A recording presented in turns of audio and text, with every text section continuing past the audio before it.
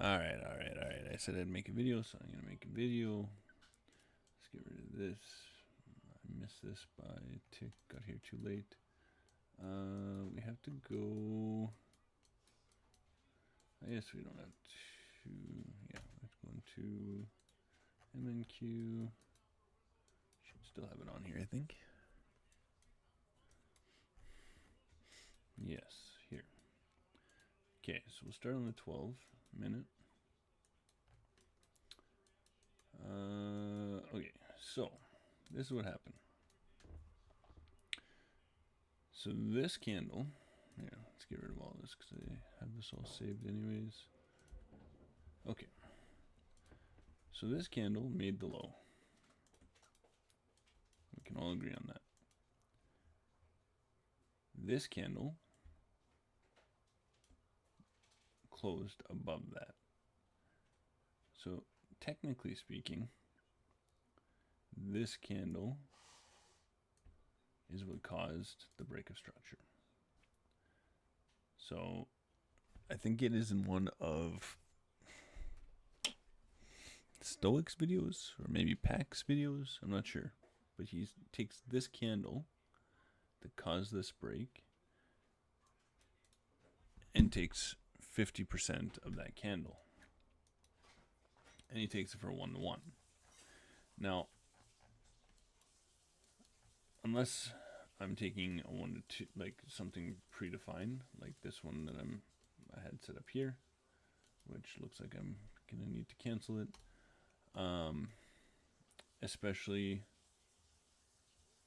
when I know we're about to break a range, which means we probably have like an expansion happening here, right? And we're technically upside as it is. I wouldn't have had to take profit. I would have probably actually had to take profit at these equal highs. But then I would have moved it up, and then I probably would have just removed it, because what happens after this entry happens. So the entry, I think it happened on the 1 minute and the 15-second, but we'll just play both. And we'll check both. Yeah, so it left the zone, came back in, literally 15 to the tick. You get the engulfing candle. This was my entry. So this is the continuation. It came into our zone, and we got the reaction in the zone we're looking for. And then once that happens, you can literally trail this by every new high. So this is the high that would have to be broken. You could, hi love. Okay, babe. When this closes, you can move your trail to here. Then we have this here. So this is the high that needs to be broken. When this gets broken, this is the candle that caused it. So you can go here. Then this ends up being the high that needs to be broken. Happens here.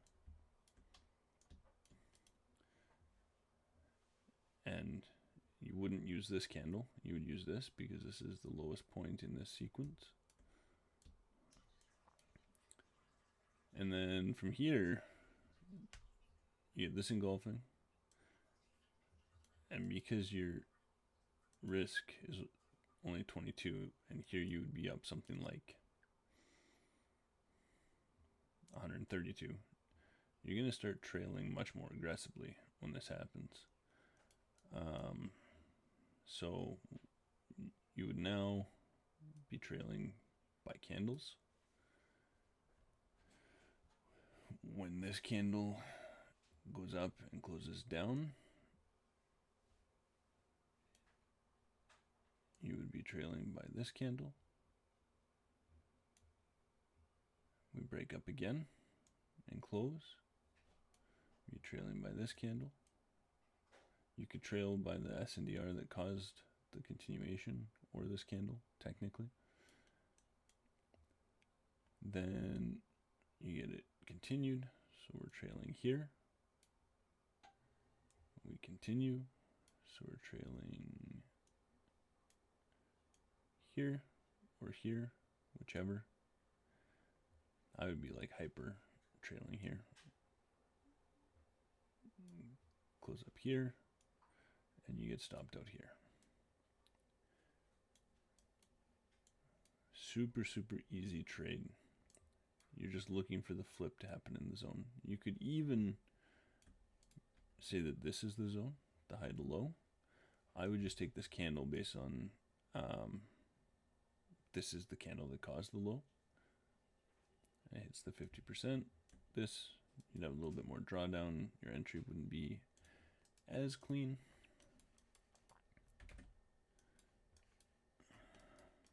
What would that look like?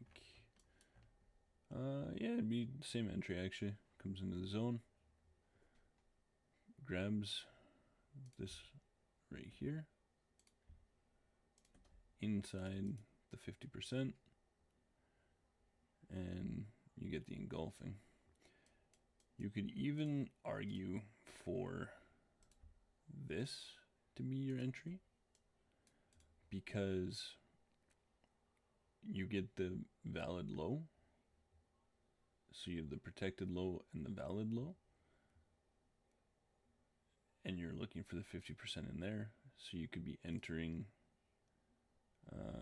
be on this candle close, and then your stop would either have to be in the same spot as this here, or you can cover the whole range, right? It's entirely up to you. Can't believe I missed this trade. What do we do here? I think we just close this. It's fine. That's it. That's the breakdown. Oh, and I guess that's not the entire breakdown, because what makes me look at this trade was this here. So between 8 and 9:30, what happened? Well, we were operating inside of this range, basically. This wasn't really a breakout. This broke through. It took something, so this was a valid low, and then it engulfed that candle. So you could say, well, it didn't entirely engulf it because you have this wick here. The next candle continued that movement. And then when it came back into the area, it gave you a clear rejection and showing buying power, more rejection and more rejection, and then it just took off. So like you could have technically entered within any 3 of these candles, and you would have been fine. You could have validated the trade on the 12-minute with any of these candles, because we haven't taken the high. We did take lows, and now we're showing bullish momentum. Whereas here, this didn't take anything, right? We're at all-time highs. So this is not a flip to the sell side. It is in the sense that like you could have came back. So what would have, you would have needed 50% of this, move here. So you could have entered like in one of these candles down to probably here, and that would have been fine. But this didn't take anything. There's nothing to take here. We're at all-time highs, right?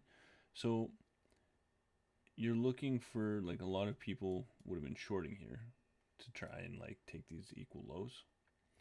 But the problem with that is we're bullish, right? there hasn't been a flip. There hasn't been a flip on the 1 hour. There hasn't been a flip on the 4 hours. There hasn't been a flip on any time frame. So when you take the bigger time frame and then you break it down,